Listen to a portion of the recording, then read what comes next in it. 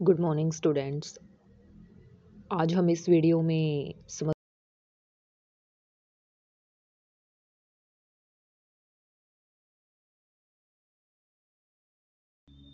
Good morning students.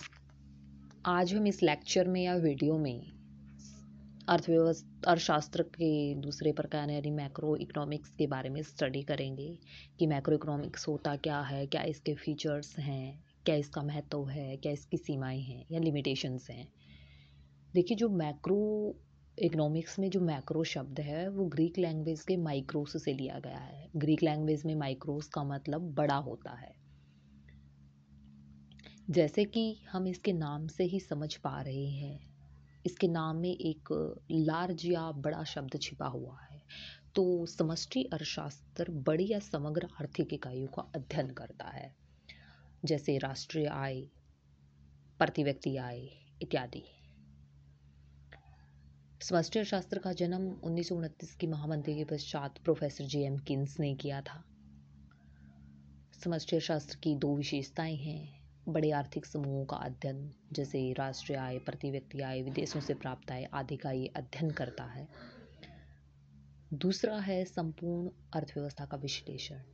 ये किसी एक आर्थिक इकाई के किसी एक विशेष भाग या एक आर्थिक इकाई का अध्ययन न करके संपूर्ण आर्थिक इकाइयों के समूहों का अध्ययन करता है, जिनसे बनकर संपूर्ण अर्थव्यवस्था का जन्म होता है।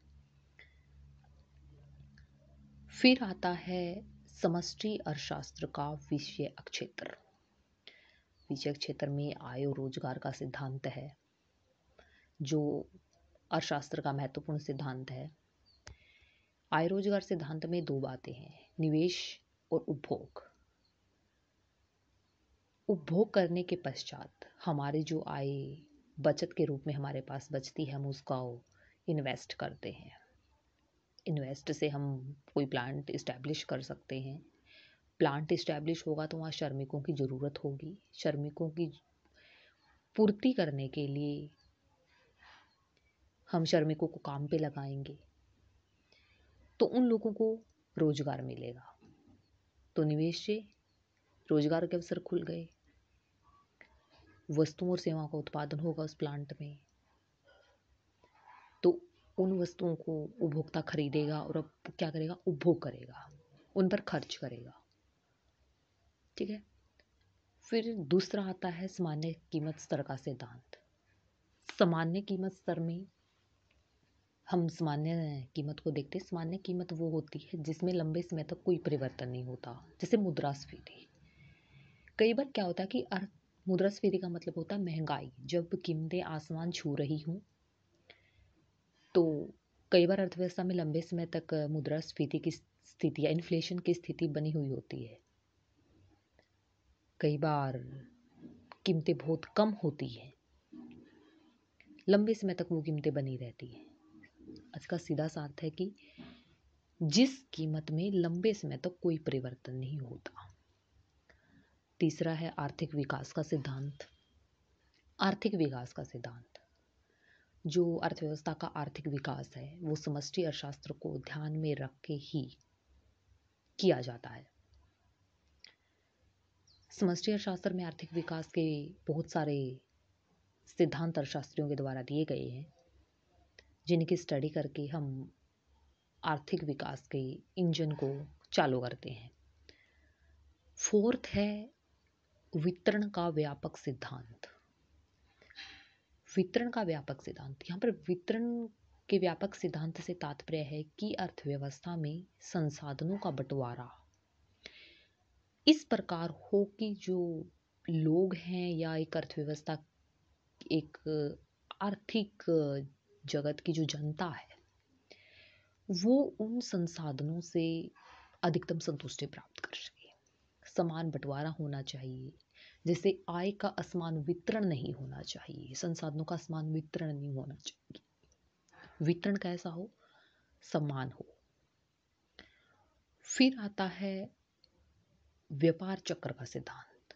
जो व्यापार चक्र होते हैं वो इंटरनेशनल इकोनॉमी, नेशनल इकोनॉमी, इसमें आते जाते रहते हैं। जो व्यापार चक्र होते हैं वो एक अच्छी अर्थव्यवस्था का सूचक होते हैं। व्यापार चक्कर में तेजी होगी, मंदी होगी, अर्थव्यवस्था का पुनरुत्थान होगा, यानी रिसेशन होगा।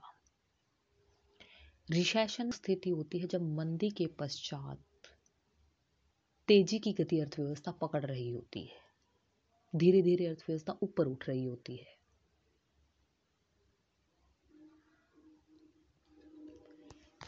फिर आता है समष्टि अर्थशास्त्र का महत्व, कि जो समष्टि अर्थशास्त्र है वो आर्थिक जगत में क्या महत्व रखती है, कहाँ कहाँ उसका प्रयोग किया जा सकता है, किन किन समस्याओं से छुटकारा पाने के लिए हम समष्टि अर्थशास्त्र का अध्ययन करते हैं, कैसे कैसे स्टडी की जाती है, किस समस्या के निराकरण के लिए किस सिद्धांत का प्रयोग किया जाता है, ये हम समष्टि अर्थशास्त्र से सीखते हैं। समष्टि अर्थशास्त्र अपने अंदर बहुत बड़े स्तर की आर्थिक समस्याओं, आर्थिक इकाइयों को इंक्लूड कर किए होता है। तो इसमें पहला आता है संपूर्ण अर्थव्यवस्था का अध्ययन। जैसा कि हमने इसकी विशेषताओं में भी पढ़ा कि ये संपूर्ण अर्थव्यवस्था का अध्ययन करने में बहुत महत्व रखता है, क्योंकि व्यष्टि अर्थशास्त्र में तो हम व्यक्तिगत आर्थिक इकाइयों का अध्ययन करते हैं और कुछ व्यक्तिगत आर्थिक इकाइयाँ ऐसी होती हैं जिनका संपूर्ण अर्थव्यवस्था के ऊपर नामात्र का प्रभाव पड़ता है। तो संपूर्ण अर्थव्यवस्था के अध्ययन करने के लिए समष्टि अर्थशास्त्र का अध्ययन बहुत जरूरी है। समष्टि अर्थशास्त्र के अध्ययन के बिना हम अर्थव्यवस्था के लिए कोई नीतियां नहीं बना सकते।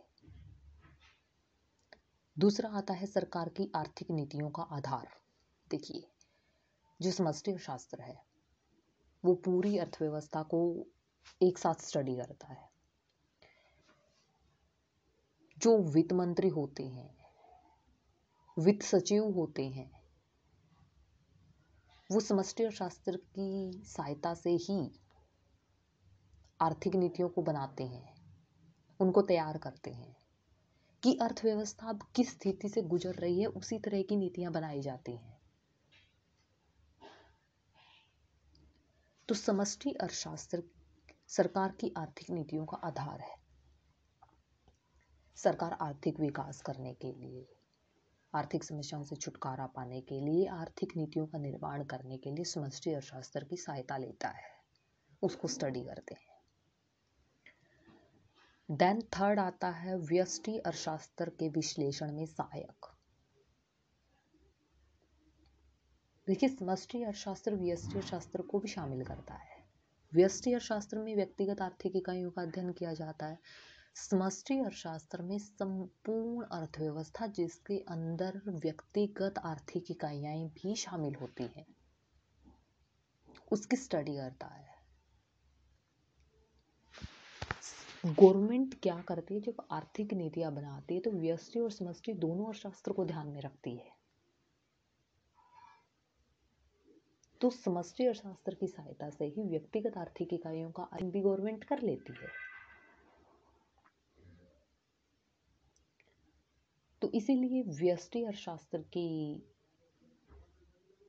विश्लेषण में ये सहायक है। यानी माइक्रो इकोनॉमिक्स की स्टडी हम मैक्रो इकोनॉमिक्स की सहायता से कर सकते हैं। देखिए, ये इन दोनों के बीच, माइक्रो और मैक्रो इकोनॉमिक्स के बीच बहुत ही गहरा रिलेशन होता है, बहुत डीप रिलेशन है इन दोनों के बीच, एक दूसरे के पूरक है ये।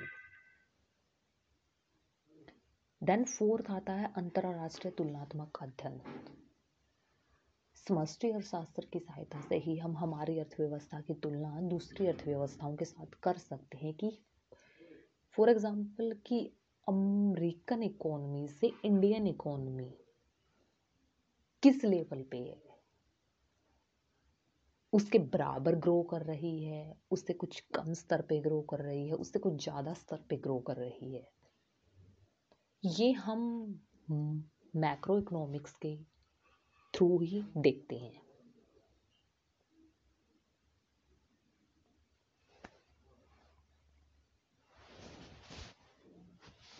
समष्टि अर्थशास्त्र आर्थिक समस्याओं के अंतरराष्ट्रीय समस्याओं के निराकरण में भी सहायक है। जैसे इसका जन्म ही 1929 की महामंदी के संदर्भ में हुआ, उसने इसका सॉल्यूशन दिया। 2007 की या 9 की मंदी को देखें,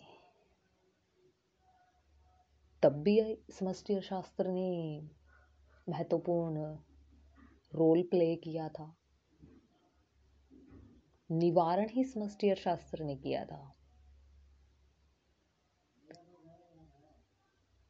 समष्टि अर्थशास्त्र के आधार पर हम आसानी से सोल्व कर सकते हैं बड़ी बड़ी आर्थिक समस्याओं को।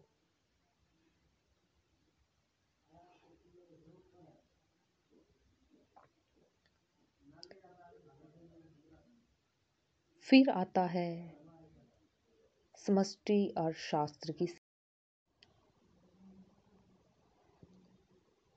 देन इसमें सेकंड है सामान्य कीमत स्तर का सिद्धांत। देखिए, सामान्य कीमत वो होती है जिस कीमत में लंबे समय तक कोई परिवर्तन नहीं होता। तो जो सामान्य कीमत स्तर होती है वह संपूर्ण अर्थव्यवस्था में विद्यमान रहती है।